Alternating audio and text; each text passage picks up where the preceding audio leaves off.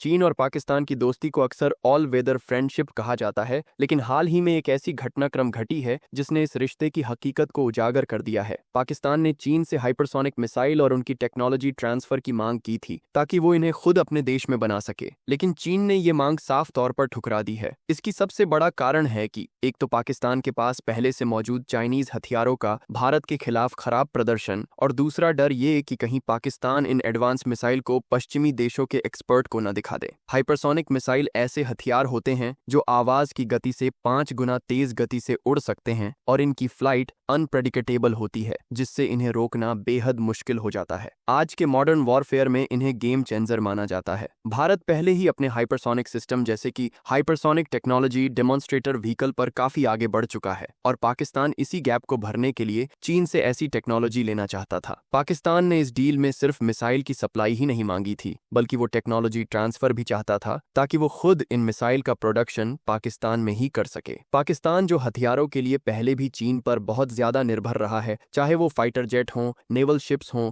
या missile system, इस बार भी पाकिस्तान को विश्वास था कि चीन उसे मना नहीं करेगा। लेकिन इस बार बीजिंग ने साफ शब्दों में कह दिया कि उसके पास ऐसी कोई एक्सपोर्ट वेरिएंट मिसाइल नहीं है और फिलहाल DF-17 जैसे हाइपरसोनिक मिसाइल की बिक्री का कोई प्लान नहीं है। वैसे चीन आमतौर पर अपने कई डिफेंस प्रोडक्ट्स के एक्सपोर्ट वर्जन बनाता है, जैसे J-10 फाइटर जेट या HQ-9 एयर डिफेंस सिस्टम, लेकिन हाइपरसोनिक मिसाइल के मामले में चीन ने अभी तक ऐसा कोई एक्सपोर्ट फ्रेंडली वर्जन नहीं बनाया है। इसकी एक बड़ी वजह यह भी है कि ये टेक्नोलॉजी चीन के लिए सिर्फ डिफेंस का नहीं बल्कि स्ट्रेटेजिक डिटेरेंस का हिस्सा है, खास तौर पर अमेरिका और उसके एलाइज के खिलाफ। अगर चीन इस तरह के हथियार पाकिस्तान को दे देता तो इससे इंटरनल स्क्रूटनी बढ़ सकती थी और चीन की ग्लोबल इमेज पर असर पड़ सकता था। इसके अलावा ऐसा भी माना जा रहा है कि चीन खुद अपने हाइपरसोनिक प्रोग्राम को रिफाइन कर रहा है ताकि वो ज्यादा रिलायबल और मास प्रोड्यूसिबल हो सके। जब तक ये नहीं हो जाता तब तक चीन के लिए किसी और देश को ये टेक्नोलॉजी देना संभव नहीं है,